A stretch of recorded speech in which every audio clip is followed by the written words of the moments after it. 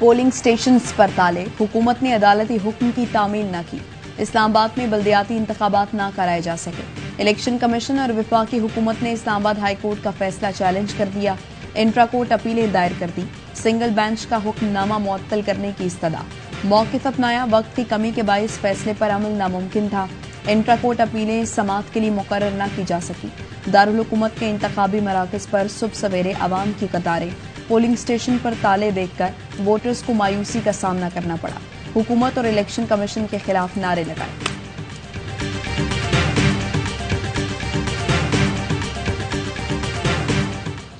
Commission सुल्तान सिकंदर राजा साहब ने high court का डिसीजन अपनी जूती की नोक के ऊपर रखा, उसको हवा में उड़ा दिया। ये लोग इलेक्शन से पूरे पाकिस्तान में भाग रहे हैं। इस्लामाबाद हाई कोर्ट में ये आज जो हमने पिटीशन दायर की है और हम एक्सपेक्ट करते हैं कि सुल्तान सिकंदर राजा के खिलाफ तादीबी कार्रवाई की जाएगी।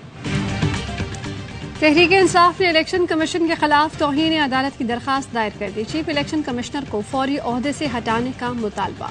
इमरान खान कहते हैं इलेक्शन कमीशन करप्ट टोले से मिला हुआ है, फिर साबित कर दिया कि वो इम्पोर्टेड हुकूमत और उसके हामियों की भी टीम है।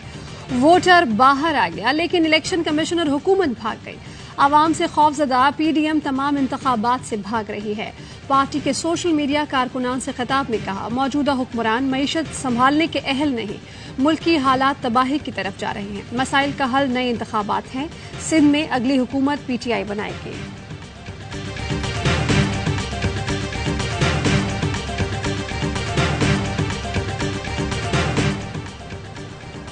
इक्तदार में होते हुए बल्दियाती इलेक्शन क्यों रोके? पीटीआई ने पंजाब और केपी में इलेक्शन कराने की कमिटमेंट की थी, उसका क्या हुआ?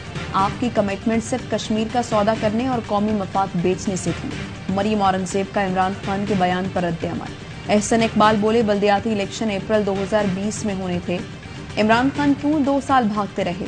उन्होंने बल्दियाती इदारों का गला घोंटा, अदालती फैसलों की धज्जियां उड़ाई।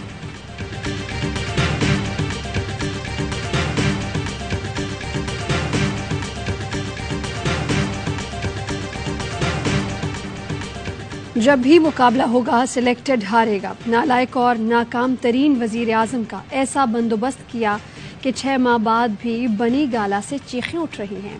बिलावल भुट्टो जरदारी का कराची में तकरीब से खिताब, कहा कि इमरान खान ने शोहदा के लहू का सौदा किया, हारे हुए दहशतगर्दों को फिर खड़ा किया। हमें इम्पोर्टेड कहने वाले ने दहशतगर्दी इम्पोर्ट की, सरहद पार से वापस लाकर कबायली अजला में बिठाया। दहशतगर्दी इमरान खान का सबसे बड़ा गुनाह है, उसका हिसाब लिया जाएगा। इमरान खान ने मुल्क को दिवालिया किया, आज भी अवाम पर महंगाई बेरोजगारी का बोझ है।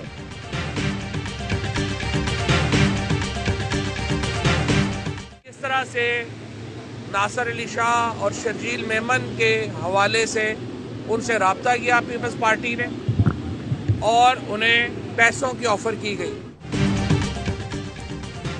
तहरीक इंसाफ सिंध के वजीरों पर मुकदमा करेगी। नासिर हुसैन शाह और शर्जील मेमन ने हमारी 2 खवातीन एमपीएस को खरीदने के लिए पैसों की ऑफर की। फवाद चौधरी का इल्जाम, कहा सिंध के दोनों वजीरों के खिलाफ पंजाब में मुकदमा दायर करेंगे। दोनों की नाअहली का रेफरेंस भी भेजा जाएगा। इलेक्शन के नाम पर पीडीएम को पसीना आ जाता है। इलेक्शन नहीं कराने तो जाकर रीढ़ी लगाएं। लीगी रहनुमा तारिक फजल चौधरी का जवाब, दावा किया फवाद चौधरी का भाई नून लीग में शामिल हो गया। फवाद चौधरी पहले अपने घर की खबर लें।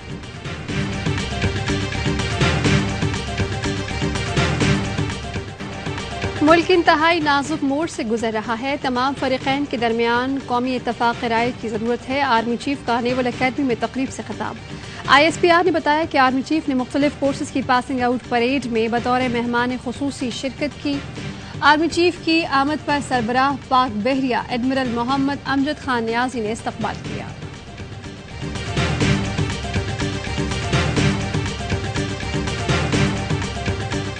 साफ नजर आ रहा है कराची का अगला मेयर इसी मैदान में बैठा है। 15 जनवरी कराची का इलेक्शन होगा, 16 जनवरी को मेयर जियाला होगा। 15 जनवरी को कराची में इलेक्शन, 16 को जियाला मेयर बनेगा।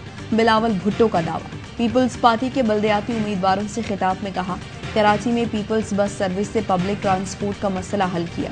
सिंध के हर जिले में ये मंसूबा चलाएंगे। वजीर आला सिंध बल्दियाती उम्मीदवारों के लिए सीएम हाउस के दरवाजे खुले रखें। मुराद अली शाह ने कहा, शहर कायद में हक के हुक्मरानी सिर्फ पीपल्स पार्टी का है। कराची को अब कोई दहशतगर्द बंद नहीं करा सकता। कराची को 2008 में जबरदस्ती बंद कराया जाता था। पीपल्स पार्टी ने इक्तदार में आकर अमन व अमान बहाल किया। स्ट्रीट क्राइम का भी खात्मा करेंगे।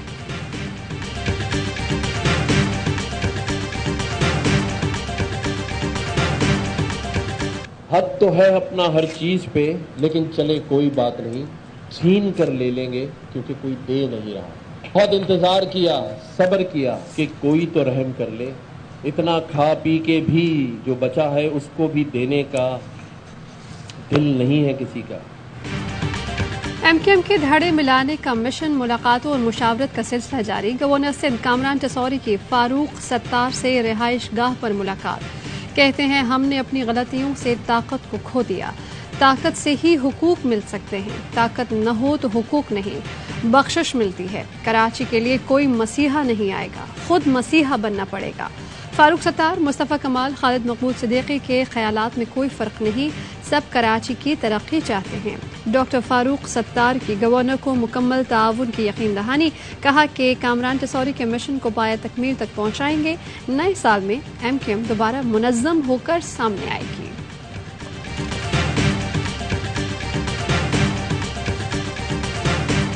कराची में स्ट्रीट क्रिमिनल वहशी दरिंदे बन गए। 2022 के आखिरी रोज भी नौजवान की जान ले ली। डकैती मज़ाहिमत पर नॉर्थ कराची में जहांगीर को 4 गोलियां मारी। जहांगीर शादी की तकरीब से फोटोग्राफी कर के आ रहा था।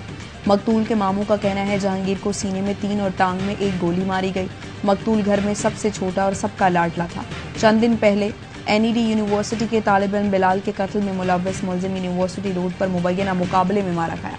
पुलिस के मुताबिक एक मुलजिम को पहले ही गिरफ्तार किया जा चुका है।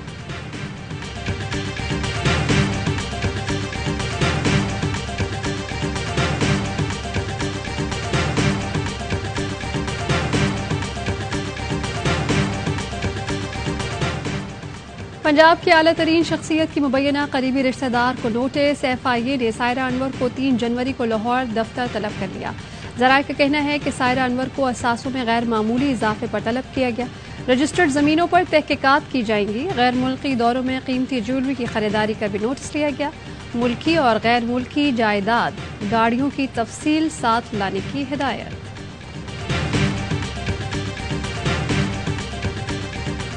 तमाम चीज़ों को मद्देनजर रखते हुए फैसला किया गया है कि 1 जनवरी से 15 जनवरी 2023 तक कीमतें बरकरार रहेंगी, उसमें कोई इजाफा नहीं किया जाएगा। नए साल के आगाज पर भी महंगाई की चक्की में पिसे अवाम रिलीफ से महरूम।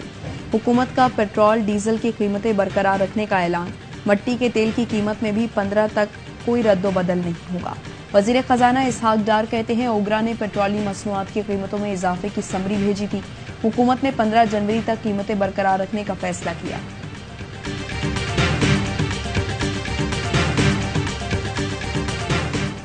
करता हूं कि पूरी शहर आज रात 12 बजे बाहर निकलेंगे।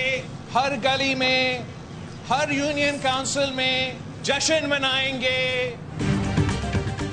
कराची में तफरीही मकामात पर नए साल का जश्न मनाने की इजाज़त। शहर कायद वाले घरों से निकलकर जश्न मनाएंगे। बिलावल भुट्टो की उम्मीद। सिंध हुकूमत ने डबल सवारी पर आयद पाबंदी का फैसला वापस ले लिया। सूबाई वजीर इत्तलात शर्जील इनाम इमन कहते हैं, शहरी नए साल का जश्न मनाएं, हवाई फायरिंग और 1 व्हीलिंग से गुरेज करें। न्यू ईयर नाइट पर कराची में तफरीही मकामात खुले रहेंगे।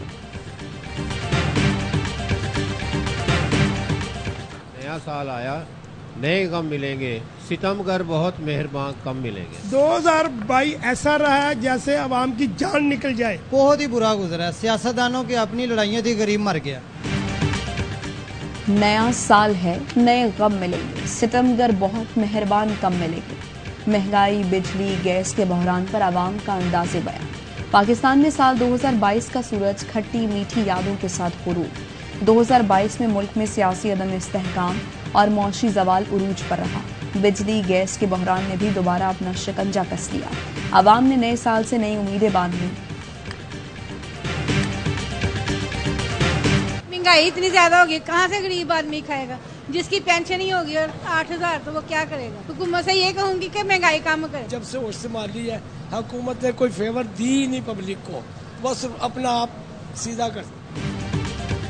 मुल्क भर में महंगाई का तूफान, अवाम परेशान। लाहौर में मुर्गी के गोश्त की कीमतों को पर लग गए। दुकानदार सरकारी रेख के बजाय 550 रुपए फी किलो में फरोख्त करने लगे। अंडे 300 रुपए फी दर्जन तक पहुंच गए।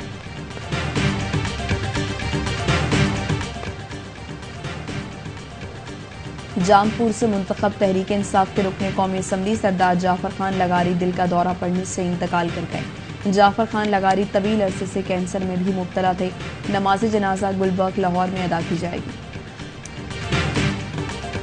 पीपल्स पार्टी के बलूचिस्तान अवामी पार्टी के रहनुमाओं से राबते आसिम कुडगेलो, आरिफ जान हसनी, सरदार फतह मोहम्मद, सलीम खोसा और आगा शकील दुर्रानी का पीपल्स पार्टी में शमूलियत का इम्कान। आसिफ अली जरदारी से बलूचिस्तान अवामी पार्टी के रहनुमाओं की मुलाकात। साबिक सदर ने कहा, बलूचिस्तान बीबी शहीद के सबसे करीब था। पीपल्स पार्टी हमेशा से बलूचिस्तान की आवाज रही है। बलूचिस्तान के लिए पहले भी बहुत काम किया, अब भी बहुत कुछ करना बाकी है।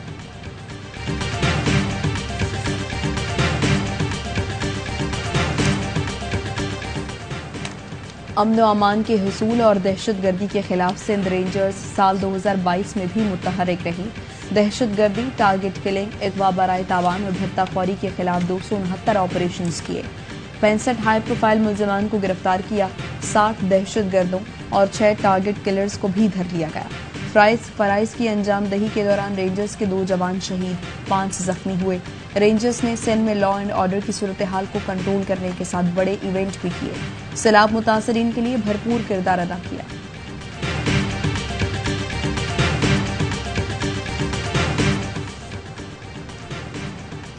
एक 1,667 असामियां, पूरा पाकिस्तान ही इम्तहान देने आ गया। इस्लामाबाद पुलिस में कांस्टेबल की भर्ती के लिए 30,000 से ज्यादा उम्मीदवार मैदान में। स्पोर्ट्स कॉम्प्लेक्स में जगह कम पड़ गई, कुछ उम्मीदवारों को ग्राउंड में बिठाना पड़ा। सूरत हाल मुल्क में बढ़ती बेरोजगारी का मुंह बोलता सबूत है। नौजवानों को रोजगार कौन देगा, सवाल उठ गए। कराची से खैबर तक शदीद सर्दी की लहर, बाला इलाकों में बर्फ ही बर्फ। मरीज, शांगला, कालाम, नारान और कागान में हर सू से फैली। स्कर्दू, अस्तौर, हुंजा, विजर और दियामिर में भी बर्फबारी। वज़ीर आला पंजाब की मरी जाने वाले रास्तों पर ट्रैफिक रवांदवा रखने के इंतजाम को यकीनी बनाने की हिदायत। कहा, बेहतरीन ट्रैफिक मैनेजमेंट से सयाहों को सहूलत फराहम की जाए।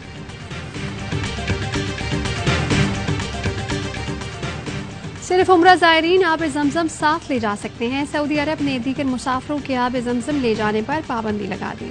जिद्दा एयरपोर्ट हुकाम ने PIA समेत तमाम प्राइवेट एयरलाइंस को मुरासला जारी कर दिया। मुसाफिरों को 5 लीटर सरकारी पैकिंग वाला आब ज़मज़म मिलेगा।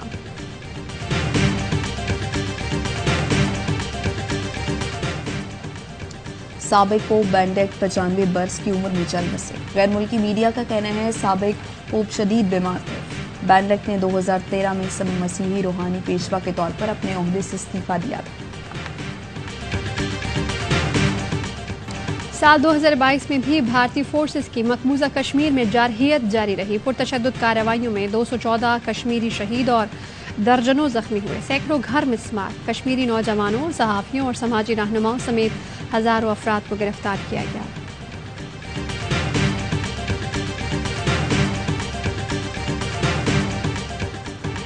– 2022 ने दुनिया को बदल कर रख दिया। रूस और यूक्रेन की जंग ने दुनिया को बहरानों का शिकार किया।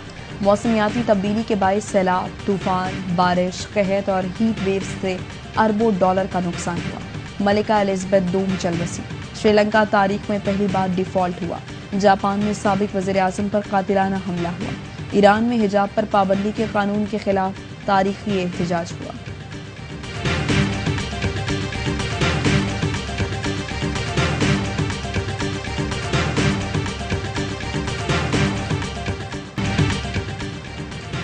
पाक न्यूजीलैंड दूसरे टेस्ट के लिए कैसी विकेट बनाएंगे, अबूरी चीफ सेलेक्टर शाहिद आफरीदी ने बता दिया। कहा कि बाउंसी पिच बनाने की कोशिश कर रहे हैं। रमेश राजा ने मेरी तैनाती से मुताल्लिक क्या नहीं जानता, इल्जाम तराशी नहीं करना चाहता। कप्तानी बदलने या हटाने का इख्तियार चेयरमैन PCB का है। पाक न्यूजीलैंड दूसरा टेस्ट फिर से कर बाबर आजम ने नन्हे परस्तार की ख्वाहिश पूरी कर दी। कराची के निजी अस्पताल में मद्दाह से मिलने पहुंच गए नन्हा फैन भी अपने फेवरेट खिलाड़ी से मिलकर खुश। कहा, हमेशा टीम और आपकी कामयाबी की दुआ करता हूं। दूसरे टेस्ट में न्यूजीलैंड को शिकस्त देनी है। बाबर ने भी हौसला बढ़ाया। कहा, वनडे मैचेस देखने आना, पूरी टीम से मुलाकात कराऊंगा, टिकट भेजने का वादा। रिजवान से वीडियो कॉल पर भी बात करवाई।